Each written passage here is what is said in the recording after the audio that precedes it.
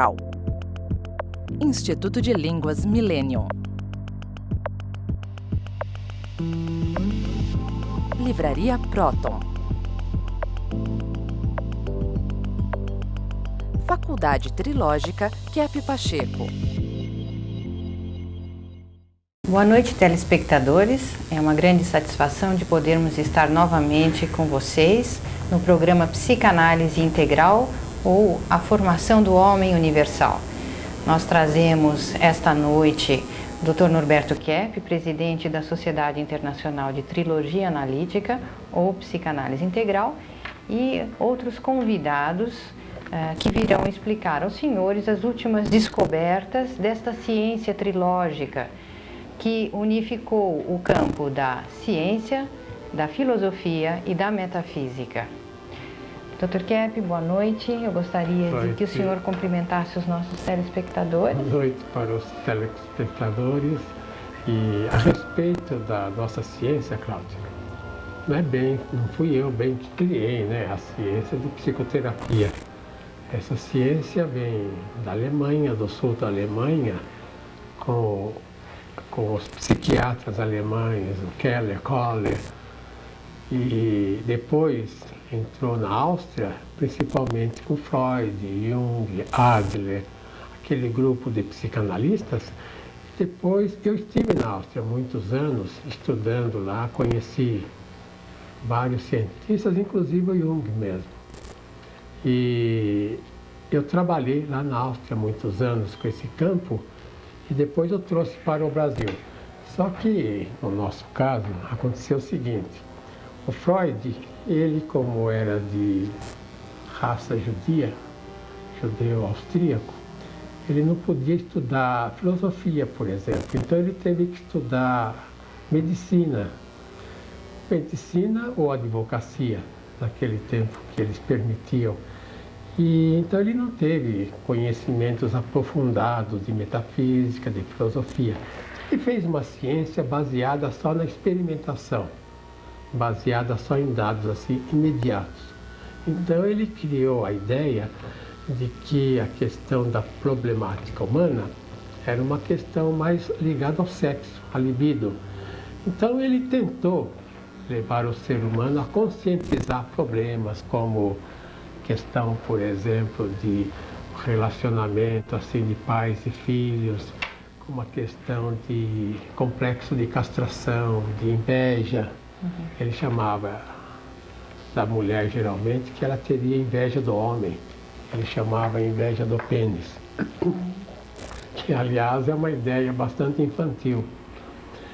E depois que eu entrei no campo, eu fui vendo que o ser humano ele também tem o aspecto do pensamento, o aspecto da teologia, vamos dizer, da religião dele.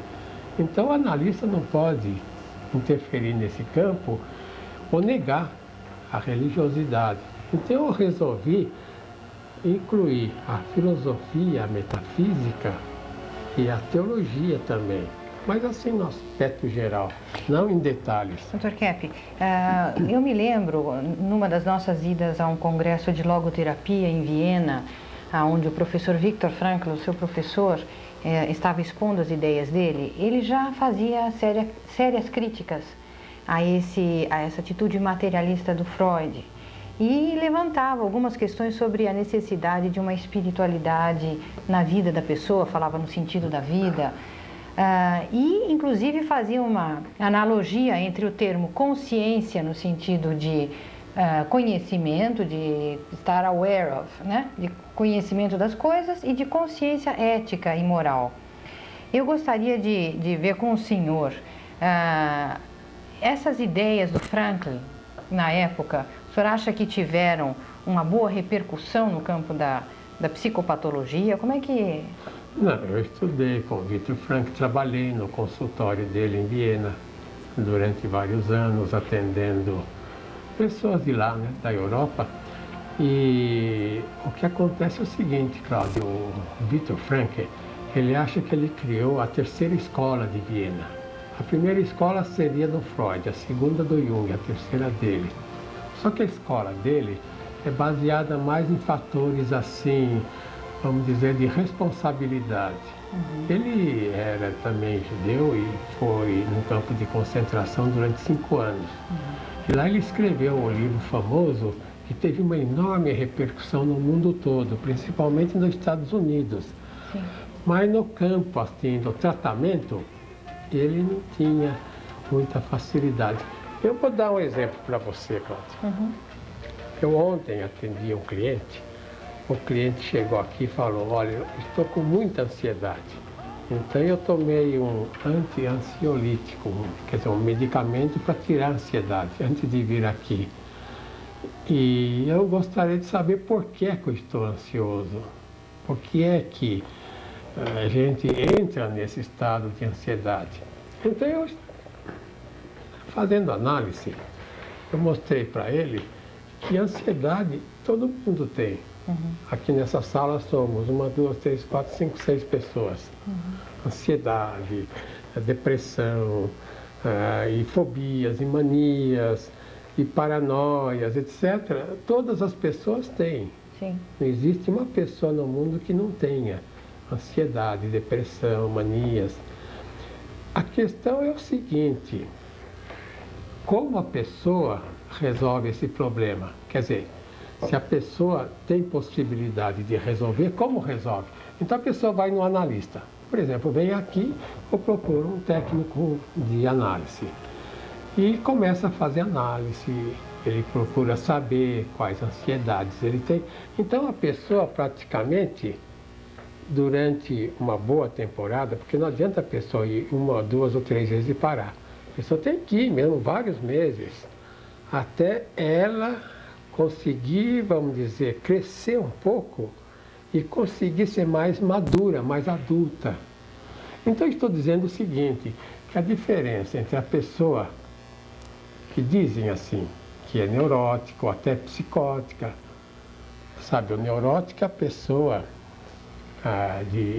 vamos dizer, de ansiedades assim, mais leve. O neurótico é o indivíduo já fora da realidade. Tem aquela famosa história, né, que o neurótico vive na realidade, mas não aceita.